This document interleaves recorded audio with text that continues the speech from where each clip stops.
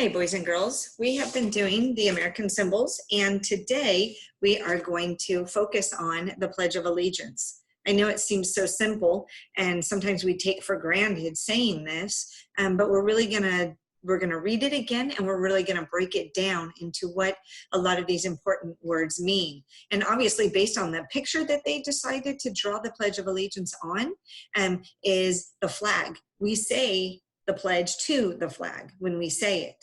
Okay, so let's dive into it. We're going to say it, and then we're going to say what each one of these words means. Okay, so I know it seems so simple, but a lot of these words have big, powerful meanings. Okay, so the first line is I pledge allegiance. Okay, right here, pledge. Pledge is a serious promise. Okay, so we're pledging our allegiance, which allegiance is having loyalty or support for a person or a country. Our country is where we live, okay? So I pledge allegiance, so I have a serious promise to my country, and I am going to be loyal and support it. Okay, so I pledge allegiance to the flag, which is what we say it to. Okay, so we say it to the flag. So different pictures. I pledge allegiance to the flag of the United States of America. America is the country where we live, okay, the 52 states, okay, and then we have the flag with the 52 stars on it and the red and white stripes, okay, so I pledge allegiance to the flag of the United States of America and to the republic, and republic means an important word. Republic is a country that is run by a president, not a king or queen, okay, so we have our president. Right now our president is President Trump. Okay, so he makes the decision for our country. And we as a people have the right to vote them in, our presidents. Okay, if you're here, you don't have a choice. They are based on when they were born. If they were born into that royal family, they automatically become the king or queen. It's not like that in America. Okay, so, and to the republic for which it stands. Okay, we have these. We studied the Capitol, okay? Then we have the Lincoln Memorial, the Washington Monument, okay? The first person putting the flag on the moon, okay? For which it stands, one nation. Our nation is a country, a large area of land run by its own government. Our nation is the United States of America. So one nation under God, okay? God has created it. He rules it. We all look to him. Under God, indivisible, okay? Indivisible means it's an adjective, impossible to divide or separate, okay? So our nation can never be separated. We will always be a unit of one, okay? Because we're loyal. With liberty, and we know liberty from learning about the Statue of Liberty means freedom, the power of people doing what they want to do. We have that freedom, and God has given us that freedom. He's given us the liberty to choose, okay, with liberty and justice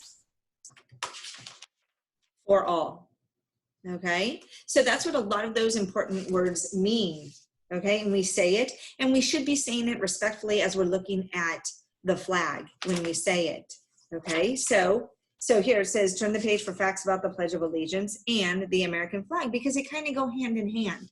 The flag represents our nation, and we're making the pledge to our nation, okay?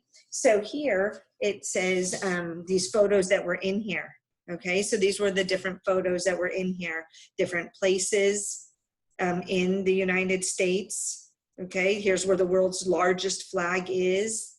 Okay, down here, the first American flag was made in 1776. We knew about that when the 13 colonies were in they were stars in the shape of a circle, but as they grew, they needed more space, so they had to start making it differently, okay? So Neil Armstrong was the first man on the moon in 1969. He placed an American flag, okay? The Washington Monument, the Lincoln Memorial, we talked about that. That's the dome of the U.S. Capitol.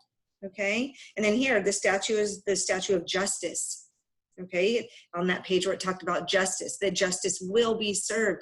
We are all held accountable for what we do in our actions, okay? So it says here, in her left hand, the statue holds scales. These right here are scales, which represent the decisions between right and wrong. In her right hand, she holds a sword, which represents punishment for a crime. The statue is wearing a blindfold to show that justice does not favor one person over another. Okay? Doesn't matter if you're boy or girl, old or young. Okay? You will be served justice equally. Okay? And then the flag is flying only halfway up the flagpole. When important Americans die, we fly the flag at half mast as a sign of mourning. Okay? So here is the Pledge of Allegiance again. And then here's some important facts about it. Okay, so the Pledge of Allegiance was written in 1892 for a children's magazine called the Youth's Companion by Francis Bellamy, who hoped that his words would give children a sense of pride and love for their country. Okay, what does the Pledge of Allegiance mean? I pledge allegiance to the flag of the United States of America. Okay, when we pledge allegiance, we promise to be loyal to our country and to the republic for which it stands. Our government is called a republic. In a republic, people vote in elections in which leaders are chosen to run the government and make laws that affect every citizen. One nation under God, indivisible, the United States cannot be divided, with liberty and justice for all. All Americans should have the same freedoms and should be treated fairly. Okay? Here, there's other things and days that we display the flag. Okay? So it should be displayed from sunrise to sunset, weather permitting. So in really horrible weather, we take the flag down. Okay? And then these are the special days. Okay? And then some more flag facts that we have already discussed. Okay? And the first flag of the United States. And then on the back, so this is just another bit of information. The Pledge of Allegiance was written in 1892 by a man named Francis Bellamy for a children's magazine. We already talked about that, called the Youth's Companion. You see how they wrote it differently? They wrote it in italics because they can. When we print, we have to underline it so that it shows that it is a magazine or a book. Mr. Bellamy wanted the flag to fly above every school in America so that the children would feel pride and love for their country when reciting the words to the Pledge of Allegiance. Okay, so those are all the facts. Now that you know some facts, we are going to write the facts here. Okay, I was using pen and I made a mistake, so I had to cross it out. Sorry about that. So what you can do is either during your video, have this out, and you can pause your video every once in a while to write a fact. Like when I'm on a book page, say you wanted there's lots of information on this page. You can pause it here and then pick some of these facts if you want to, okay? Or when you're watching the video from YouTube, you can pause that and write what they say, okay? But what I chose is that it was written in 1892 by Francis Bellamy, okay? And I said that that was a man because Francis sometimes is a woman. So then here, we pledge allegiance. That means that we promise to be loyal to our country. We promise to serve it and not go against it. And to the republic for which it stands means, okay, a republic means is that our government is called a republic, and in it we vote in elections for leaders to make laws for us, and it affects every citizen. And then the last one nation under God, indivisible, means that the U.S. cannot be divided. Okay, and then you could rewrite the Pledge of Allegiance here. You could choose what you like, a person saying it, and with a flag up here. So you can choose what you want to draw up here.